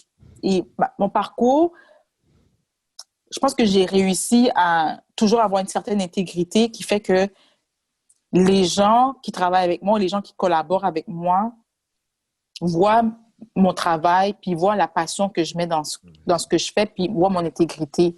Fait que je pense que c'est pour ça que vous allez voir, je travaille avec les mêmes personnes depuis longtemps. J'ai comme une base super solide. Oui, mais tu développes aussi les Stéphanie Je crois, les Esther Youth, les Will Dulce. Oui, c'est du monde que je connais. Non, c'est du monde que je connais depuis longtemps aussi. Will Williamson, c'est lui qui avait fait mon logo de groupe Style Communication, là. Donc, c'est des gens avec qui, les gens qui sont là. Oui, il y a des nouvelles personnes, Preach, Angelo Cadet, j'avais pas travaillé avec lui avant ça, mais ils avaient sûrement entendu parler. Puis, ils voient aussi le travail qu'on fait. On est parti de rien, là. On est parti à l'Olympia. Je te dis, le gala est en février, on avait commencé au mois de novembre. Donc, on a fait nos preuves. Puis les gens voient le sérieux de qu'est-ce qu'on fait. Les gens voient comment, d'année en année, on essaie de faire mieux, on essaie toujours d'aller plus haut. On se contente pas de faire les choses à moitié. Puis, on a des bénévoles en or. Là, ça, je dois dire shout-out à Sarah, Daphné, c'est elle qui choisit, qui fait toute la gestion des bénévoles. Mais on a une équipe, tu sais, Marilyn Maroutière, qui s'occupe de tout ce qui est le black carpet. Tu sais, oublie ça, Marjorie, elle fait tout. Marjorie, elle fait tout. Elle fait de la vidéo, elle fait de la photo, elle fait tout. Tu sais, on a vraiment du monde solide. On a Stendolf qui est tout au niveau comptabilité. Gaël Comtois, ton animateur sur le plancher, là. Oui, qui est là depuis... Gaël, t'avais animé le premier gala. Puis ça, c'est quelque chose qui me... Ce gars-là, j'ai tellement de respect pour lui. Tu sais, des gens qui ont des égos. Gaël a animé le premier gala, puis après ça, on a fait, OK, mais on va lui demander d'animer le Black Carpet. Puis il aurait pu faire comme, tu sais quoi, mais non. Moi, j'étais là, l'année dernière, c'est pas vrai d'aller me mettre là. Puis le gars, il est autant passionné, puis il veut pas nous lâcher, puis il est là, puis il nous aide, puis il est passionné à radio, lui, c'est ça? Oui, Angelo, la même chose. Tu sais, j'aimerais ça, tu sais, j'aurais aimé ça vraiment que... Puis on veut faire d'autres choses avec on veut pas juste faire le gala, tu sais. C'est quand même une OSBL, on veut faire des choses avec les jeunes dans le quartier Saint-Michel. Pour la fondation, oui, on veut vraiment faire beaucoup plus que juste un gala. Tu sais, on aimerait ça avoir une présence à l'année, puis vraiment d'être capable d'aller au niveau des jeunes, faire des cliniques de mentorat avec justement tous les finalistes, les gagnants, de vraiment les impliquer. Parce que, tu sais, on veut les faire rayonner, mais on veut laisser aussi quelque chose pour la prochaine génération aussi. C'est pas juste un gala, c'est pas juste des paillettes, là.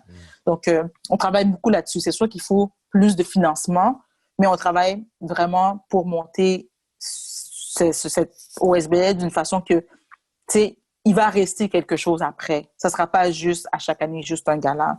Puis je suis vraiment, tu sais, on est vraiment choyés, on est bénis. Tu sais, Jean-Claude est là aussi.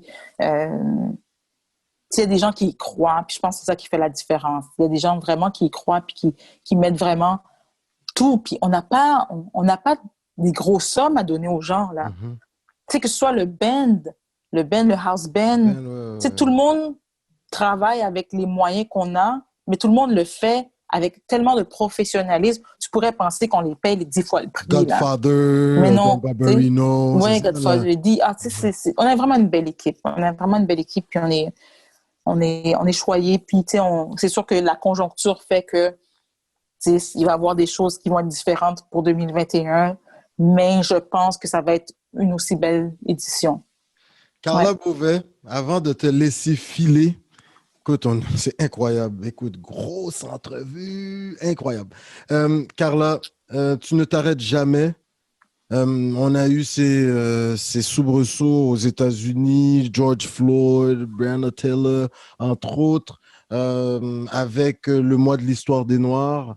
Et puis, il y a eu une coordonnatrice du projet, Niti Marcel Muette. Vous avez fait cette fresque, n'est-ce pas?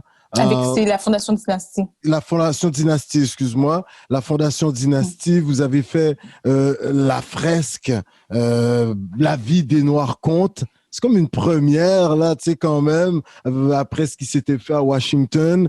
Elle mesurait 100 mètres. Je pense que c'était dans le village, une portion de la rue Sainte-Catherine, c'est bien ça? Entre Saint-Hubert et Bleury, là, quelque chose comme ça, peut-être. Et franchement, ça, c'est déjà incroyable. Puis dernièrement, vous avez réitéré, mais avec une fresque, là, on y voyait Nelson Mandela dit Madiba.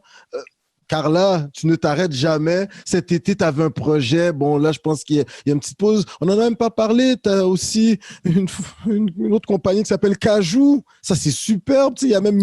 mais Cajou, c'est mort pendant la pandémie. C'est ça, ouais. La pandémie nous a vraiment fait mal, Cajou. Là. On ne sait pas si on va se relever. On essaye, là, mais ça a été... ça a été un gros coup. Je pense que ça a été majeur dans ma déprime, là. C'est un projet que je croyais beaucoup. Ouais, là, c'est ça.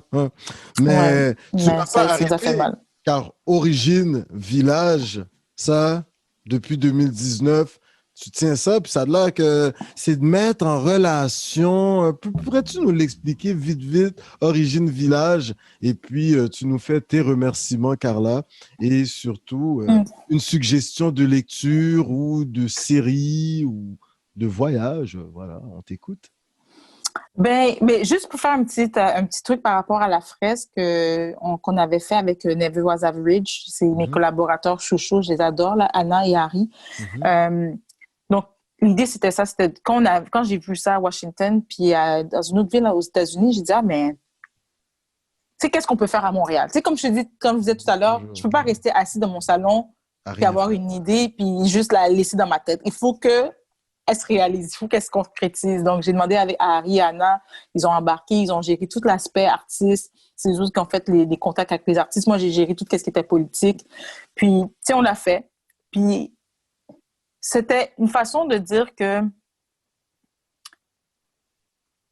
on voulait que les artistes s'expriment. Tu sais, de parler du sujet sans que ce soit toujours dans la confrontation. Tu sais, donc, de prendre ce moment-là puis d'en faire une œuvre. Puis que les artistes puissent s'exprimer. Puis tu vas parler, mais tu vas parler à travers l'art. Puis ça, je trouve que c'est puissant. Pour nous, c'était ce qui était important, c'est de dire, on va avoir cette conversation, mais d'un point de vue artistique. Parce que ça peut pas toujours, c'est pas toujours, tout n'est pas toujours une question de débat, tu sais. Puis oui, tu as des personnes comme Balarama, tu as des personnes comme Will Prosper que je respecte beaucoup, tu as des gens comme Fabrice Ville, tu sais, on a des gros militants, Anastasia, tu sais, on a des grands militants ici, là. Bien sûr. Et il faut ça. Mais en même temps aussi, je pense qu'il faut créer des lieux de médiation où est-ce que on peut communiquer. Et l'art, c'en est Donc, un. pour moi, c'était ça. C'était de créer une façon de pouvoir parler de ce sujet-là avec une certaine ouverture. Nice. Parce que, attends, c'est parce qu'il ne me reste pas beaucoup de batterie. Juste un instant. OK. Oh. Puis, attends. Oh là là, ça. Bon, je vais essayer de wrap up, là. Non. Puis, l'autre chose, ben, la murale de Nelson Mandela, ben, il y a 30 ans, Nelson Mandela était venu à Montréal. Puis, il avait visité l'église Union Ennemie. Et pour marquer cet anniversaire-là, l'église, avec le mois d'histoire des Noirs, ont décidé de créer cette murale qui est, je pense, la plus belle murale à Montréal. OK. C'est Franco Égalité qui a fait l'œuvre. Elle est extraordinaire. Puis c'est, comme Franco disait, lui, je pense qu'il a 24 ou 26 ans. Il ne savait même pas que Nelson Mandela était venu à Montréal. Donc, ça a été toute une découverte pour lui. Et c'est cool, ça. même, il a été cherché, puisé dans l'histoire. Donc, je pense que c'est quand même une rue assez passante. C'est la rue Atwater. C'est juste à côté du métro. Lionel Groulx, c'est ça? Ça redonne une vie aussi à l'église. À côté du métro Lionel Groulx. Ouais, c'est ça. Ouais. Lionel Groulx. C'est une super belle œuvre. Puis, je pense que c'est important de marquer ce passage-là. Puis, pour parler de Origine Village, c'était... écoute, bien avant tout ce qui s'est passé en été, parce qu'on a commencé à travailler sur ce projet-là en 2019. Puis, toujours dans la volonté de dire, ben, tu sais, on voit les statistiques. On sait ce qui ne va pas bien dans notre société. On voit les statistiques au niveau de l'emploi.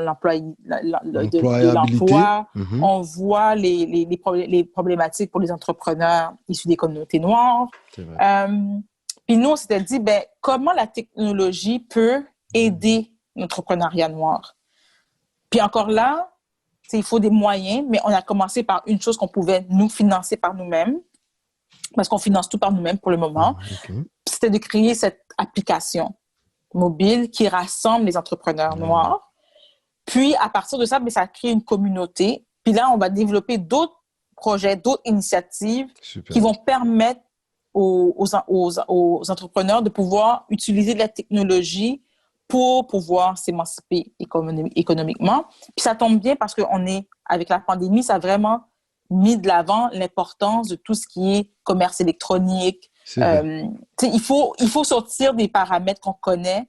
Puis la technologie, veut pas, c'est pas quelque chose que nécessairement on est super à l'aise ou super au courant dans nos communautés. Quand on parle de crypto-monnaie puis tout ça, là, c'est comme... Même pour moi, là, c'est comme, il y a plein de choses qu'on connaît pas. Donc, Bitcoins. Origine Village, c'est vraiment, hein? OK, les Bitcoin, bitcoins, ouais, c'est ça. c'est ça. C'est vraiment utiliser la technologie puis nous faire arriver dans le nouveau siècle, là, dans le sens que il y a encore des compagnies qui n'ont même pas de e-commerce, là. Fait que comment on peut les aider pour avoir leur propre leur e-commerce au niveau, Williamson est très fort au niveau marketing, branding, présence sur les médias sociaux. Donc, c'est vraiment de trouver les outils pour aider les entrepreneurs. Puis, on le fait avec les moyens qu'on a. Puis, pour le moment, on a environ 300 entreprises qui sont sur le répertoire. On veut continuer à augmenter le nombre. Mais à la fin de la journée, peu importe le nombre qu'on va avoir, on va aider les gens qui peuvent, puis qui veulent pouvoir faire partie de ce village-là. Puis, c'est très gratifiant. C'est sûr que c'est beaucoup de travail. Donc, on aimerait ça vraiment avoir une équipe, avoir les moyens pour avoir une équipe de gens qui travaillent là-dessus parce qu'il y a tellement à développer, là. Mais c'est vraiment... Je pense que c'est mon dernier projet, là. Ouais. Bon. Je pense. Ouais. Carla, hein, s'il y a une fille, ou plutôt un parent monoparental ou un parent qui vit ce concept que Pascal Lavache nous parlait précédemment, qui vit une certaine coparentalité, mais tu vois, l'autre parent est présent, mais tu en prends charge quand même de manière seule. Moi, j'aimerais t'entendre, tu sais, si tu as un mot d'encouragement pour ces parents-là qui élèvent leur enfant une certaine partie du temps seul ou la majeure partie du temps et qui aimeraient s'impliquer, s'investir dans l'espace public. 15 secondes, si tu as 2 mots pour eux, tu sais, ce serait quoi? Qu'est-ce que tu veux dire par s'impliquer dans l'espace public? Ben, s'investir. Moi, je veux qui aimerait pouvoir changer, participer au changement. OK. OK.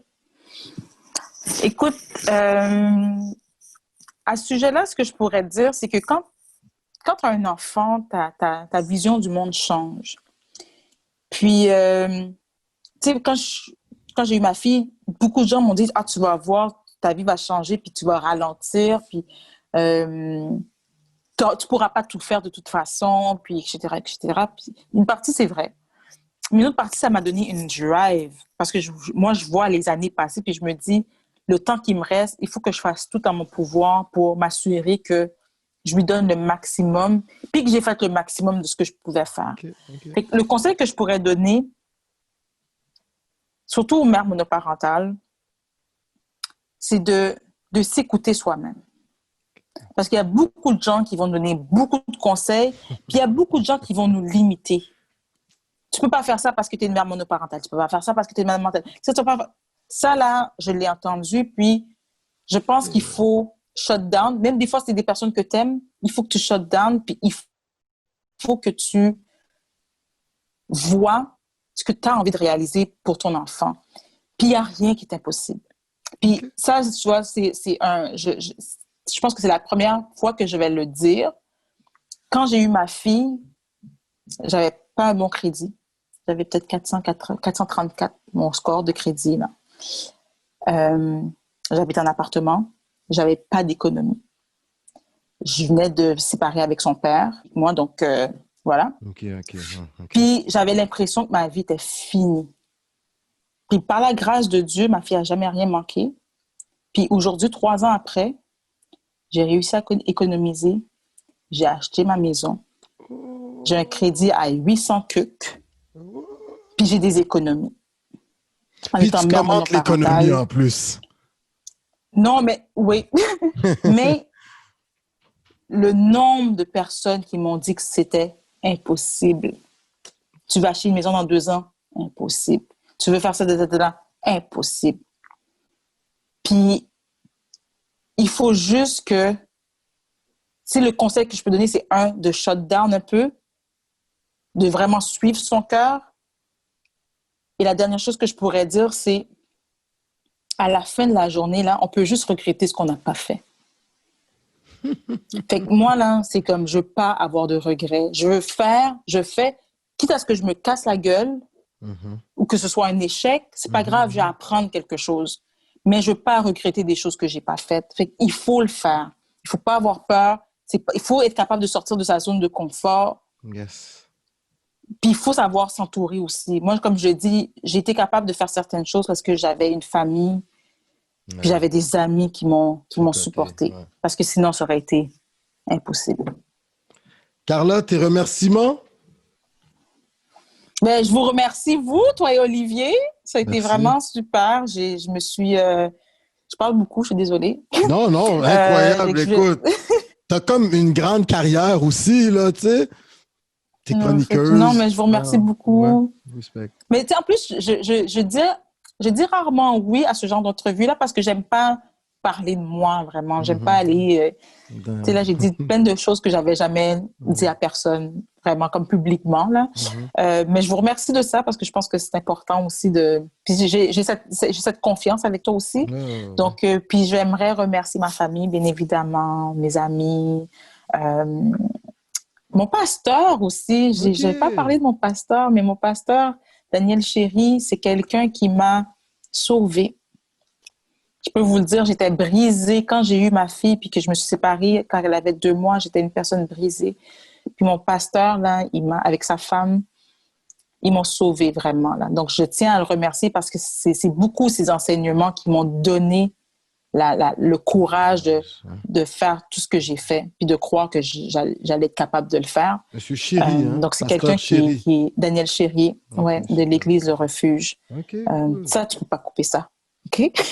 Non, du tout pas. Hey, on va sûrement l'inviter même. Ouais. Oui, c'est quelqu'un de formidable. Cool. C'est quelqu'un de vraiment formidable. Cool. Puis voilà. Puis je pense que ça fait le tour de mes remerciements.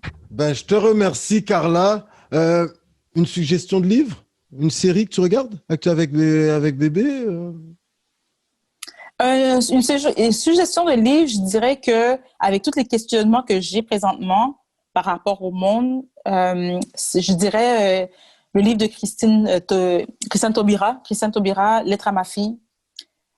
C'est une conversation qu'elle a avec sa fille Garde des Sceaux en France, sur l'esclavage, sur plein d'enjeux de société. L'esclavage raconté à ma fille, un titre exact. Et puis j'ai adoré. Il y a beaucoup de réponses. Elle parle de Vertières, elle parle d'Haïti, elle parle vraiment de toute la construction de notre société. Là. Christiane, c'est Christiane. Hein? Et puis, une série que j'ai écoutée dernièrement, que j'ai beaucoup aimée, c'est un peu quétaine, là. C'est This Is Us. OK. This Is Us. Netflix? On peut la trouver sur Netflix. Oui, on peut la trouver sur Netflix. On va y aller. Parce que c'est plein de... C'est l'histoire d'une famille, là, mais c'est humain. C'est rare. Ça faisait longtemps que je n'avais pas vu une série humaine. Puis moi, j'ai beaucoup adoré cette série-là, donc je pourrais la recommander. This Is Us, oui. Ben, on te remercie, comme on dit dans la langue de Toussaint de Dessalines. Merci en pile du fait qu'au printemps, ça avait nous, Carla, nous connaît, il n'est pas toujours évident, nous apprendre que Solan, il était toujours en difficulté, n'a souhaité le prompt rétablissement. Et puis à ta maman, papa, écoute, chapeau bas. Hein. Puis tu nous en réserves d'autres coups fumants, j'en suis sûr. Alors tu salues la petite famille. J'espère que non. Okay, merci Carla. Ouais, on te souhaite, on t'en repos mérité. De repos, la santé. Ouais, surtout, merci. Super, merci beaucoup. Messieurs, dames, nous étions avec Carla Beauvais, cette grande femme. Vous pouvez la suivre à Zone Économie sur ICI RDI avec Gérald Filion. Elle commente l'économie et surtout, elle donne un côté humain à l'économie. Messieurs, dames, une entrevue incroyable. Comme je vous dis à l'accoutumée, on se voit la semaine prochaine, même heure, même poste, sur les ondes de Coconut Podcast. Miawen, merci!